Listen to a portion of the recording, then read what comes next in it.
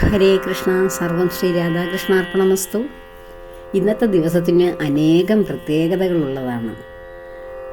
ഏറ്റവും പ്രധാന പ്രത്യേകത എന്താണെന്ന് നിങ്ങൾക്കറിയാം. ഇന്ന് തിരുവാതിര നാളാണ്.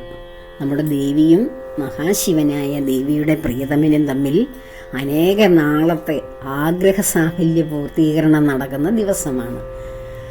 അല്ലാതെ തന്നെ മറ്റു പ്രത്യേകതകളും ഇതുണ്ട്. ഇന്ന് പൗർണമി ദിവസമാണ്, അതും തിങ്കളാഴ്ച ദിവസം.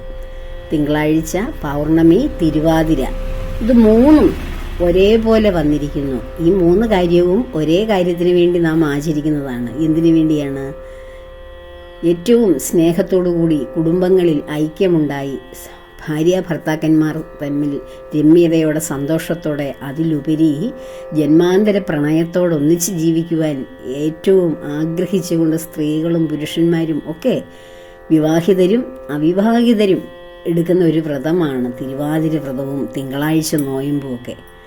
അത് ഏറ്റവും നമ്മൾ സാധാരണഗതിയിൽ ആളോട് ഇഷ്ടം തോന്നി, അത് അന്ന് കുറച്ച് ദിവസത്തെ താല്പര്യമോ അല്ലെങ്കിൽ മാസങ്ങളിലെ അറിവോ വർഷങ്ങളിലെ അറിവോ, അതല്ല. ഭഗവതി ജന്മാന്തരമായി ദാക്ഷായണിയായി സതീദേവിയായി അവതരിച്ച് ഭഗവാന്റെ വാമഭാഗമായി ഭഗവാന്റെ ഹൃദയമായി സ്നേഹമായി സന്തോഷമായി കഴിഞ്ഞതിന് ശേഷം സ്വന്തം ആഗ്രഹത്തോടുകൂടി ഭഗവാന്റെ എതിർപ്പോടുകൂടി ഭഗവാനെ നിഷേധിച്ചു പോയി അച്ഛനോടും കുടുംബത്തോടുമുള്ള സ്നേഹത്തിൽ പങ്കെടുക്കുവാൻ കുടുംബത്തിൽ ക്ഷണിക്കാതെ ചെന്ന അതിഥിയായി മാറിയപ്പോൾ ഉണ്ടായ അപമാനഭാരം കാരണം സ്വന്തം വേദനയിൽ ചിത ഉണ്ടാക്കി, അതായത് കുണ്ടലിനി നാഡിയെ ഉണർത്തി അതിലുണ്ടായ അഗ്നിയിൽ ദേവി ശരീരം ദഹിപ്പിച്ച ആളാണ് ആ ദക്ഷയാഗത്തിൽ.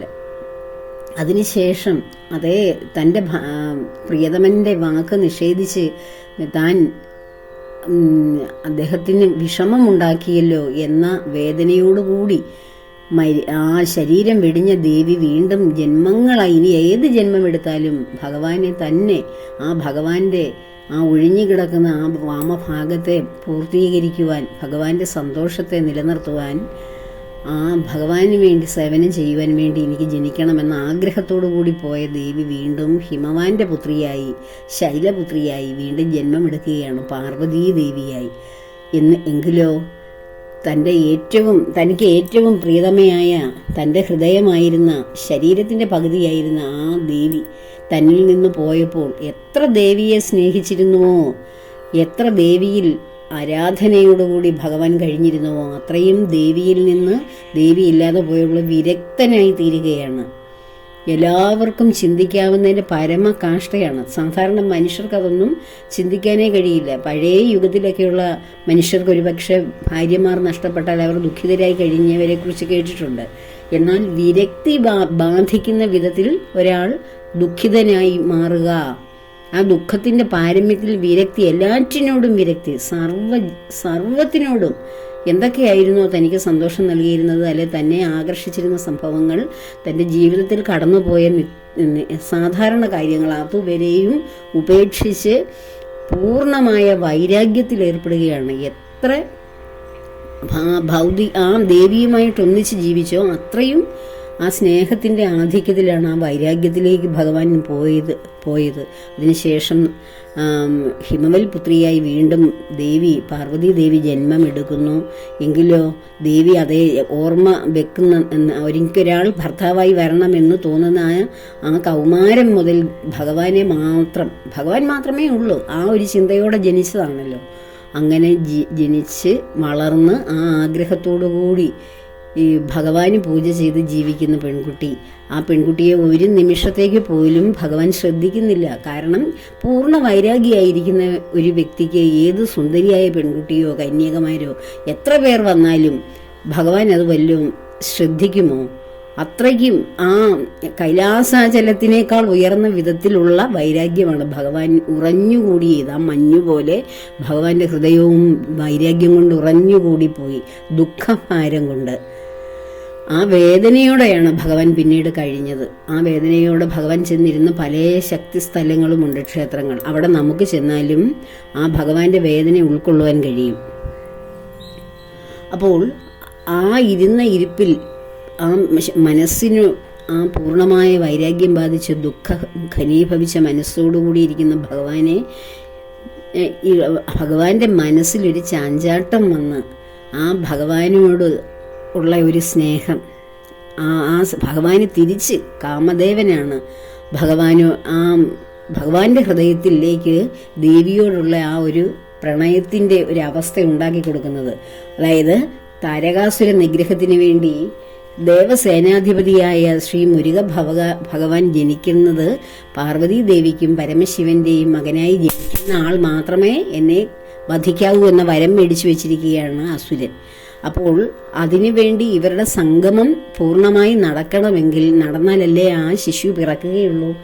അതിനുവേണ്ടി ദേവഗണങ്ങളും മറ്റ് ത്രിമൂർത്തികളിൽ മറ്റു രണ്ടുപേരായ ബ്രഹ്മാവും വിഷ്ണു ഭഗവാനും അവരുടെ ശക്തി സ്വരൂപങ്ങളും നമ്മുടെ മഹർഷീശ്വരന്മാരും അവരുടെ ഭാര്യമാരും പ്രകൃതി മുഴുവൻ ഇവർ തമ്മിൽ ഒന്നിക്കുവാൻ വേണ്ടിയിട്ടുള്ള ആ സമാഗമത്തിന് കാത്തിരിക്കുകയാണ്. അതിനു വേണ്ടിയിട്ട് ഒരു ഉപകരണമായി കാമദേവനെയും രതീദേവിയെയും വിടുന്നു. അങ്ങനെ അവർ ആ കാമദേവനും രതീദേവിയും താൻ ചെയ്യുന്ന ഇത്രയും വൈരാഗിയായി പൂർണ്ണ തപസ്സനുഷ്ഠിക്കുന്ന യോഗിവര്യനായ എല്ലാ യോഗികളുടെയും യോഗിയാണ് സാക്ഷാൽ പരമശിവൻ.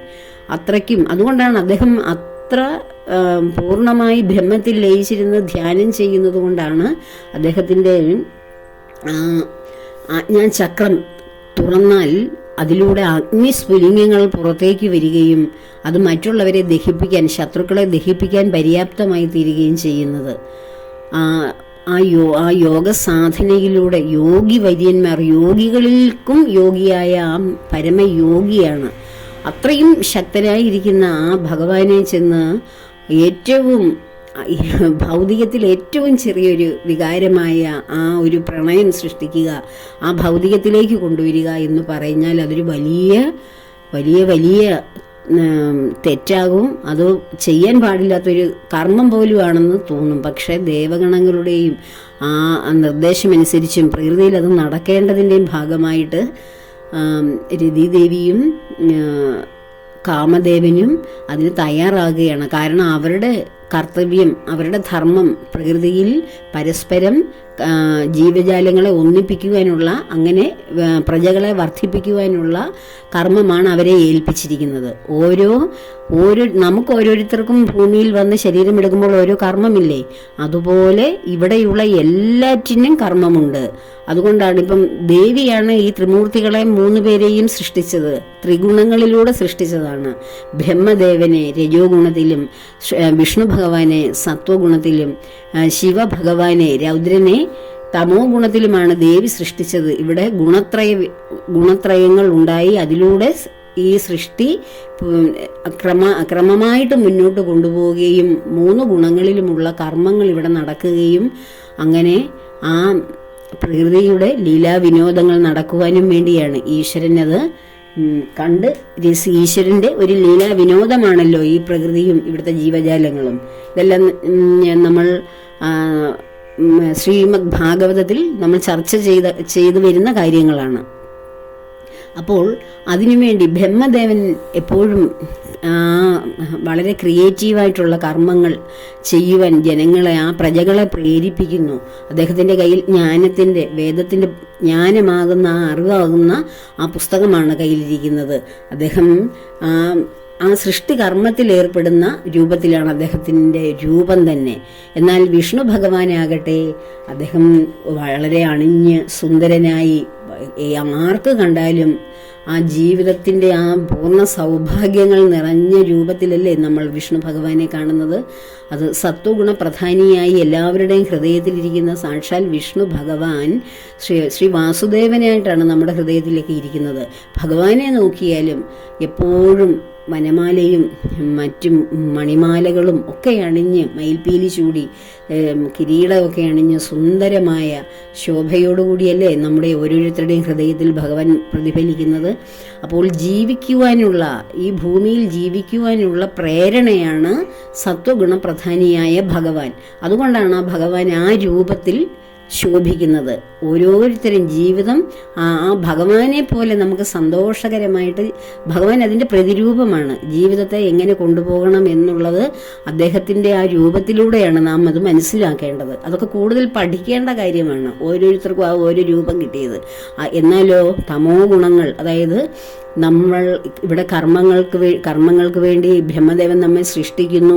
നമ്മൾ ആ കർമ്മം അനുഷ്ഠിക്കുവാൻ വേണ്ടുന്ന ശക്തിയായ, ബോധമായ, ചൈതന്യമായ വിഷ്ണു ഭഗവാൻ നമ്മുടെ ഹൃദയത്തിലിരുന്നത് നമ്മെ നയിക്കുന്നു. അതിനുശേഷം ശരീരം, കർമ്മങ്ങൾ തീരുമ്പോൾ ആ ശരീരം ആകുന്ന ആ ഉടുപ്പ്, യൂണിഫോം അവിടെ അഴിച്ചു വെച്ചിട്ട് പോകേണ്ട സമയമാകുമ്പോൾ ആ പോകാനായി ആര് വിളിച്ചുകൊണ്ട് പോകുന്നു നമ്മെ?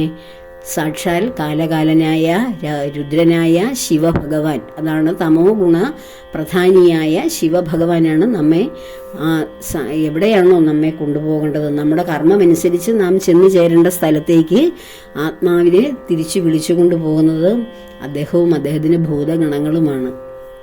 അപ്പോൾ അതുകൊണ്ടാണ് തമോ ഗുണ പ്രധാനമുള്ള സ്ഥലങ്ങളിൽ ശിവഭഗവാനെ കാണുന്നത്. ശ്മശാനങ്ങളിൽ അദ്ദേഹം ഇരിക്കുകയും അവിടുത്തെ ഭസ്മമെടുത്ത് ശരീരത്തിൽ അണിയുകയും അതുപോലെ വിഷമായിട്ടുള്ള ജീവികളെ, പാമ്പിനെയും അതുപോലെയുള്ള ജീവികളെയൊക്കെ ശരീരത്തിൽ അണിയുകയും അങ്ങനെ വളരെ അഘോരികൾ, അദ്ദേഹത്തിൻ്റെ അടുത്ത ഒരു വിഭാഗമാണല്ലോ ശിവഭഗവാനെ ആരാധിക്കുന്നവരല്ലേ അഘോരികൾ. അവരൊക്കെ ഒരു സത്വഗുണപ്രധാനികളായിട്ടുള്ള ഇപ്പം വിഷ്ണു ഭഗവാനെ ആചരിക്കുന്ന വൈഷ്ണവരെ പോലെയല്ല. ആ തമോ ഗുണ രൗദ്ര രൂപമാണ് അവർക്കൊക്കെ ഉള്ളത്. കാരണം ആ ഗുണത്തിലുള്ളവർ അതേ രൂപത്തിലാണ് ഭഗവാനെ ആരാധിക്കുന്നത്.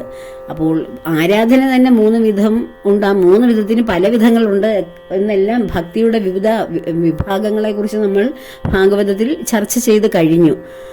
അപ്പോൾ തമോ ഗുണപ്രധാനമായ ഭക്തിയും രജോ ഗുണപ്രധാനമായ ഭക്തിയും സത്വഗുണപ്രധാനമായ ഭക്തിയും. എങ്കിലും ഈ 3 ഗുണങ്ങളും കഴിഞ്ഞ് ഗുണമില്ലാതെ നിർഗുണമായ ബ്രഹ്മത്തെ ഉപാസിക്കുമ്പോഴാണ് യഥാർത്ഥത്തിൽ നമുക്ക് ആ ഭക്തിയുടെ അല്ലെങ്കിൽ ജ്ഞാനത്തിൻ്റെ ഏതൊക്കെ വഴിയിലൂടെയാണോ ആത്മാവിനെ തേടി നമ്മൾ പോകുന്നത്, അല്ലെങ്കിൽ നാം ആരാണെന്നുള്ള അന്വേഷണത്തിൽ അവസാനം എത്തിച്ചേരുന്നത്, അവിടെ എത്തണമെങ്കിൽ നിർഗുണ ഉപാസന തന്നെ വേണം എന്ന് ജീവൻ മുക്തരായി ഭഗവാനിൽ തന്നെ ലയിച്ച് ആ ഭഗവാന്റെ പത്മപാദങ്ങളിൽ ചേർന്ന് ഭഗവാന്റെ സായുജ്യം ലഭിക്കണമെങ്കിൽ നിർഗുണ ഉപാസന തന്നെ വേണം. സഗുണ ഉപാസനകളാണ് ഈ പറഞ്ഞ വിവിധ ഭക്തികളല്ല. അപ്പോൾ ആ ഗുണപ്രധാനമായിട്ടുള്ള ത്രിഗുണങ്ങളെ സൃഷ്ടിച്ച ദേവി 3 പേർക്കും അതിന് അനുചിതമായ രൂപമാണ് കൊടുത്തിരിക്കുന്നത്. അതുകൊണ്ടാണ് 3 പേർക്കും 3 രൂപങ്ങൾ വന്നിരിക്കുന്നത്.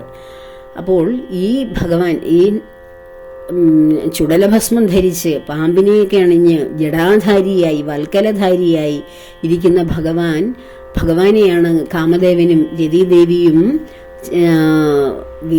ജീവിതത്തിലേക്ക്, അതായത് പാർവതി ദേവിയിലേക്ക് ആകൃഷ്ടനാകുവാൻ വേണ്ടി തൻ്റെ പഞ്ചബാണങ്ങൾ ഉപയോഗിച്ച് ഭഗവാൻ തപസ്സനുഷ്ഠിക്കുന്ന കൈലാസാചലം വളരെ വസന്താഭ ഉണ്ടാക്കുകയും ആ പൂക്കളിൽ നിന്നുള്ള സുഗന്ധം കൊണ്ട് ഭഗവാന്റെ ഹൃദയത്തെ മതിപ്പിക്കുകയും അവിടെ മൊത്തത്തിൽ ഒരു പ്രണയത്തിൻ്റെ അന്തരീക്ഷം സൃഷ്ടിക്കുകയും അവസാനം ഭഗവാനെ പൂജിക്കുവാനായി വന്നു നിൽക്കുന്ന പാർവതി ദേവിയെ ഭഗവാൻ കണ്ണു തുറന്നു നോക്കുന്ന ആ ഒരു നിമിഷം ഭഗവാന്റെ ഹൃദയത്തിലേക്ക് ആ കാമസായകമയക്കുകയാണ് കാമദേവൻ. ആ അമ്പേറ്റിട്ട് ഭഗവാൻ കണ്ണു തുറന്നു നോക്കുമ്പോൾ ഇതെൻ്റെ സതീദേവി തന്നെയല്ലേ എൻ്റെ കൺമുന്നിൽ നിൽക്കുന്നതെന്ന് ഭഗവാന് തോന്നുകയാണ്.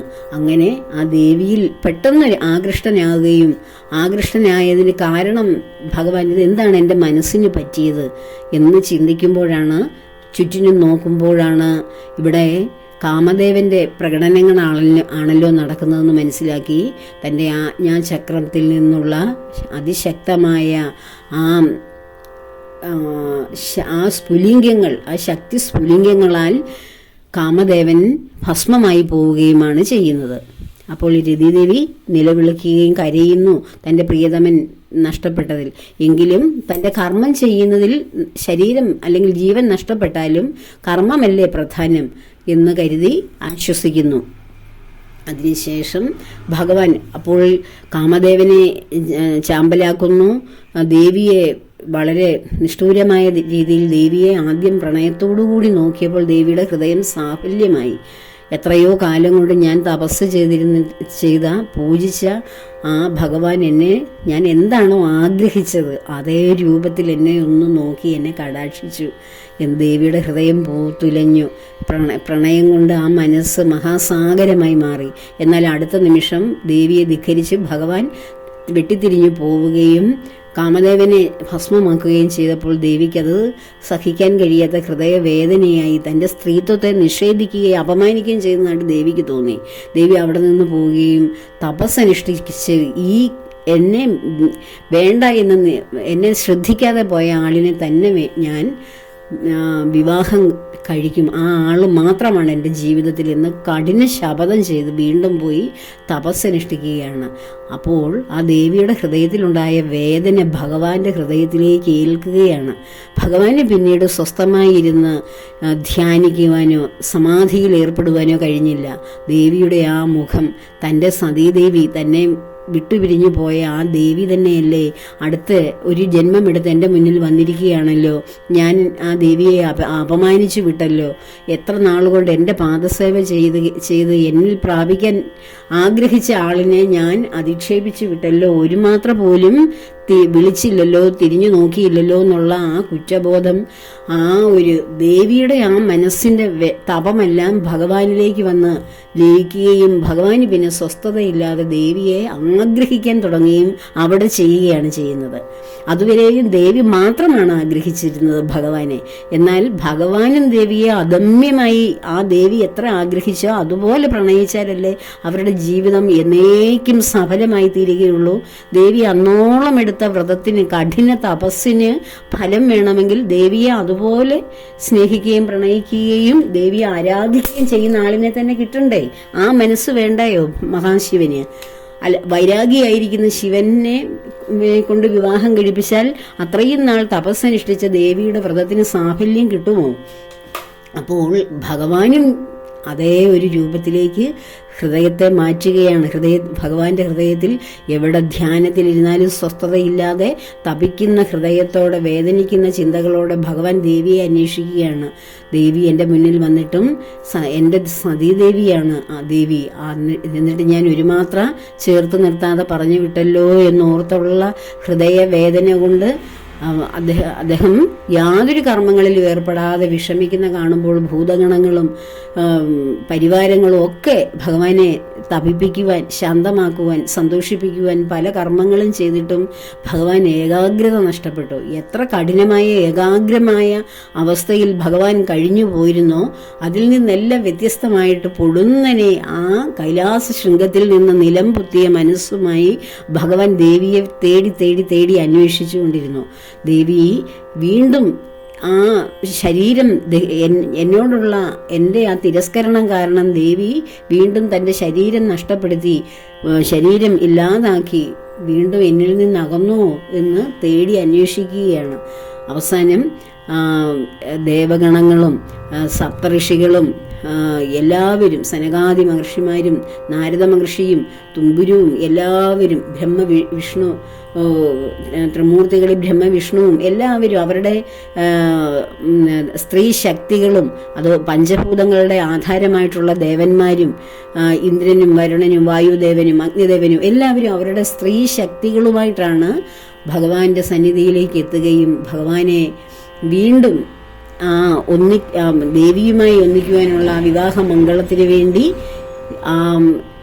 ദേവിയുടെ പിതാവിൻ്റെ അടുക്കൽ ചെല്ലുകയും അങ്ങനെ ദേവിയെ സന്തോഷത്തോടുകൂടി സ്വീകരിക്കുകയും വിവാഹം കഴിക്കുന്ന ആ ഒരു ദേവിയെ അണിയിച്ചിരിക്കുന്നത് ഈ ഋഷീശ്വരന്മാരുടെ ഭാര്യമാരും ദേവകന്യകകളും ദേവിമാരുമൊക്കെയാണ്.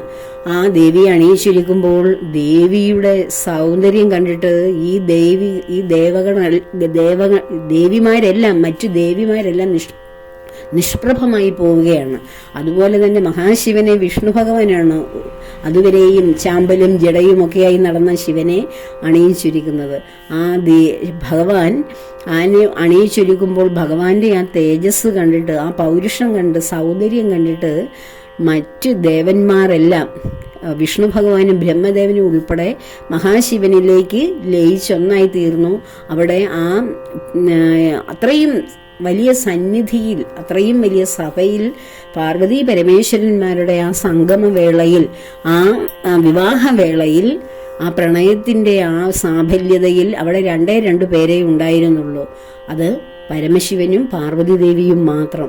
കാരണം എല്ലാ ദേവന്മാരും പരമശിവനിലേക്ക് ലയിച്ചു, എല്ലാ ദേവിമാരും പാർവതി ദേവിയിലേക്ക് ലയിച്ച് ഒന്നായി തീർന്നു. അവർ രണ്ടുപേരും മാത്രം അടങ്ങുന്ന ആ ഒരു അവസ്ഥ, അത് ആ ഒരു അനേക കാലമായി തപം ചെയ്തതിൻ്റെ പൂർവ്വ ജന്മ പുണ്യമല്ലേ അത്. സതീദേവിയായിട്ടിരുന്ന് വീണ്ടും അതായിട്ട് തന്നെ ജനിച്ചു. ഭഗവാൻ ദേവിയെ വേണമെന്ന് ആഗ്രഹിച്ചു. അങ്ങനെ രണ്ടുപേരുടെയും ഹൃദയത്തിൻ്റെ ആഗ്രഹത്തിൻ്റെ സാഫല്യം നടക്കുമ്പോൾ അവർ രണ്ടുപേരും ഒരു ശരീരമായി മാറുകയാണ്. ഒരിക്കലും പിരിയാതിരിക്കുവാൻ വേണ്ടി അർദ്ധനാരീശ്വരന്മാരായി മാറി മറ്റുള്ളവരെ, ദേവീ ദേവതകളെ അത് കാണിച്ചു കൊടുക്കുകയാണ്. അങ്ങനെയാണ് ശിവന് അർദ്ധനാരീശ്വര സങ്കല്പം വന്നേ. ഒരു ശക്തിയില്ലെങ്കിൽ ശിവനില്ല. ശിവശക്തി സ്വരൂപമാണ്, ശിവശക്തി ഐക്യസ്വരൂപമാണ്. എവിടെയാണോ അങ്ങനെ പാതി മെയ് കൊടുത്ത് പരസ്പരം ഒന്നായിത്തീരുന്ന ആ കുടുംബങ്ങളിലാണ് ഐശ്വര്യവും സമ്പൽ സമൃദ്ധിയും ആയുരാരോഗ്യ സൗഖ്യവും ജീവിത വിജയങ്ങളും തലമുറകളുടെ കീർത്തിയും എല്ലാം ഉണ്ടാകുന്നത്. അത് ആ ഒരു കുടുംബം എങ്ങനെ, കുടുംബത്തിൽ രണ്ടുപേർ എങ്ങനെ ഒന്നായിരിക്കണം, ഒന്ന് ചേർന്ന് ഒരേ മനസ്സോടെ ഒരേ ശരീരത്തോടെ എങ്ങനെ ജീവിക്കണമെന്ന് കാണിച്ചു തരുന്ന ഭാരതീയ സങ്കല്പമാണ് നമ്മുടെ മുന്നിൽ ഈ ദിവസം, അവരൊന്നിക്കുന്ന ഈ ദിവസം തിരുവാതിരയായി നമ്മൾ ആചരിക്കുന്നത്. ഇന്ന് ഉദയത്തിൽ തിരുവാതിര നാൾ, ആ നക്ഷത്രം അല്ലെങ്കിൽ തിഥിയുള്ള ദിവസത്തെയാണ് നമ്മൾ ആ നക്ഷത്രമായി ആചരിക്കുന്നത്. ഇന്നലെ തിരുവാതിര ആരംഭിച്ചിരുന്നു, പക്ഷേ ഇന്നാണ് ഉദയത്തിൽ തിരുവാതിരയുള്ളത്. അപ്പോൾ ഈ ദിവസമാണ് ജാഗരണം നടത്തേണ്ടതൊക്കെ ഇന്നലെയായിരുന്നു. ഇന്ന് വ്രതത്തിലിരിക്കാൻ സാധിക്കുന്നവർ അങ്ങനെ ചെയ്യുക. ശുദ്ധ ആഹാരം കഴിക്കുക, അരി ആഹാരം ഉപേക്ഷിച്ചിട്ട് കിഴങ്ങ് വർഗ്ഗങ്ങൾക്കാണ് തിരുവാതിര നാളിൽ പ്രധാനം. എട്ടങ്ങാടി എന്ന് പറയുന്ന 8 തരത്തിലുള്ള കിഴങ്ങ് വർഗ്ഗങ്ങളൊക്കെയാണ് ഇന്നലെ കഴിക്കുകയും പാതിരപ്പൂ ചൂടുകയും അതുപോലെ 100 വെറ്റില, ഇങ്ങനെ വെറ്റില അടക്കയൊക്കെ ചേർത്ത് ഇങ്ങനെ അതിന് 100 തേച്ച് ഇങ്ങനെ കഴിക്കുക എന്നാണ് പറയുന്നത്. വെറ്റില മുറുക്കുക, ഇങ്ങനെയൊക്കെയുള്ള കൂട്ടായ്മകൾ തിരുവാതിര, അതുപോലെ അതൊക്കെ ഇന്നലെയായിരുന്നു. തിരുവാതിര കളി, ഉറക്കം ഒഴിഞ്ഞിരുന്ന് സ്ത്രീകൾ പരമശിവനെയും പാർവതീ ദേവിയെയും പുകഴ്ത്തിക്കൊണ്ടുള്ള കീർത്തനങ്ങൾ ആലപിച്ചുകൊണ്ട് അതിന് ഒത്ത് നൃത്തച്ചുവടുകൾ വെക്കുമ്പോൾ അത് തിരുവാതിരയായി മാറുന്നു. എന്നിട്ട് അവർ ഇങ്ങനെ വെറ്റില മുറുക്കുന്നു. അങ്ങനെയുള്ള ധാരാളം കൂട്ടായ്മകൾ, ചടങ്ങുകളൊക്കെ ചെയ്തിട്ട് ആ ദിവസം സമ്പൂർണ്ണമാക്കി തീർക്കുന്നു. അപ്പോൾ പാർവതീ ദേവിക്ക് പരമശിവനെ കിട്ടിയപ്പോൾ ദേവിയും കൂട്ടാളികളും സന്തോഷത്തിൻ്റെ ആധിക്യത്തിൽ കളി പറഞ്ഞ് നൃത്തം വെച്ച് സംഗീതം കേട്ടിങ്ങനെ അവർ ഓരോ കർമ്മങ്ങളിങ്ങനെ ചെയ്ത് ആ ദിവസത്തെ ഉറക്കം ഒഴിച്ചിരുന്ന് ഓരോ മാഹാത്മ്യങ്ങൾ, ഭഗവാന്റെ മാഹാത്മ്യങ്ങളും ദേവിയുടെ മാഹാത്മ്യങ്ങളും പരസ്പരം പറഞ്ഞ് സന്തോഷിച്ച ദിവസമാണ്. അപ്പോൾ ഈ ദിവസം നമ്മൾ വ്രതം ഭാര്യ ഭർത്താക്കന്മാർ തമ്മിലുള്ള ശൈഥില്യമൊക്കെ, ഹൃദയബന്ധത്തിന് അകൽച്ചയുള്ളവർക്ക് ഈ ദിവസം ശുദ്ധാഹാരം കഴിച്ച് അല്ലെങ്കിൽ കിഴങ്ങ് വർഗ്ഗങ്ങൾ, മണ്ണിനടിയിൽ വളരുന്ന കിഴങ്ങ് വർഗ്ഗങ്ങൾ ഏതും കഴിക്കാം, അല്ലെങ്കിൽ ഫ്രൂട്ട്സ് കഴിക്കാം. അങ്ങനെയൊക്കെ വ്രതം ആചരിക്കുന്നത് വളരെ ഉത്തമമാണ്. അങ്ങനെയൊക്കെയുള്ള ബുദ്ധിമുട്ടുകൾ ജീവിത ഐക്യം ഇല്ലാത്തവർക്ക്, കുടുംബ ബന്ധം ശിഥിലമായി ഇരിക്കുന്നവർക്ക്, അല്ലെങ്കിൽ ആഗ്രഹിക്കുന്ന രീതിയിൽ ഒരു ഭർത്താവിനെയോ അല്ല ഭാര്യയോ വേണം എന്ന് കരുതുന്നവർക്ക്, അല്ലെ ആഗ്രഹിക്കുന്നത് കിട്ടണമെന്ന് വിചാരിക്കുന്നവർക്ക്, ഇതിനെല്ലാം ഉത്തമമായ ഒരു ദിവസമാണ് തിങ്കളാഴ്ച. നോയമ്പെടുക്കുന്നത് തന്നെ നല്ല ഉത്തമരായ ഭർത്താക്കന്മാരെയും ഭാര്യമാരെയൊക്കെ ലഭിക്കാനാണ്. ഇന്ന് തിരുവാതിരയുമാണ്, തിങ്കളാഴ്ചയുമാണ്, എല്ലാറ്റിനും ഒരു പൂർണ്ണചന്ദ്രനാണ്. ഈ പൂർണ്ണചന്ദ്ര ദിവസം നമ്മൾ ആകാശത്തേക്ക്, പൂർണ്ണചന്ദ്രനല്ല, എല്ലാ ദിവസവും ചന്ദ്രനെ കാണുന്ന ദിവസം രാത്രിയും നമ്മൾ വെളിയിൽ ഇറങ്ങി ആ പൂർണ്ണചന്ദ്രൻ്റെ നിലാവിൽ ഈ സെറ്റൊക്കെ കൊടുത്തിട്ട് തിരുവാതിര കളിക്കുന്നതെന്ന് ആലോചിച്ച് നോക്കൂ, എത്ര രസമാണ്. നമുക്ക് കളിക്കാൻ അറിയാത്തവർ പോലും അത് കണ്ടിരിക്കുന്നത് എന്ത് രസമാണ്, എന്ത് സന്തോഷമാണ്. നമ്മുടെ മനസ്സിനൊക്കെ റീഫ്രഷ് ചെയ്യും. നമുക്ക് വളരെ സന്തോഷം നൽകുന്ന കാര്യമാണതൊക്കെ. ആ പൂർണ്ണചന്ദ്രൻ്റെ നിലാവിൽ എല്ലാവരും കൂട്ടം ചേർന്നിരുന്ന് പാട്ടുകൾ പാടുന്നു, കളിചിരികൾ പറയുന്നു, ഭഗവാന്റെ കാര്യങ്ങൾ, ദേവിയുടെ കാര്യങ്ങൾ പറയുന്നു, അവരുടെ പ്രണയത്തെക്കുറിച്ച് സംസാരിക്കുന്നു, ഒന്നിക്കുന്നതിനെക്കുറിച്ച് പറയുന്നു. അതൊക്കെ ചേർന്ന് വരുന്ന പാട്ടുകൾ തിരുവാതിരയായിട്ട് അഭിനയിച്ച് കാണിക്കുന്നു. എന്ത് രസകരമായിട്ടായിരിക്കും അത്. അപ്പോൾ ഇതൊക്കെ നമ്മുടെ മനസ്സിന് വളരെ സന്തോഷം നൽകുന്നതും ഒപ്പം അത് ദേവിയുടെയും ഭഗവാന്റെയും സന്തോഷത്തിന് കാരണമാകുന്നതുമാണ്.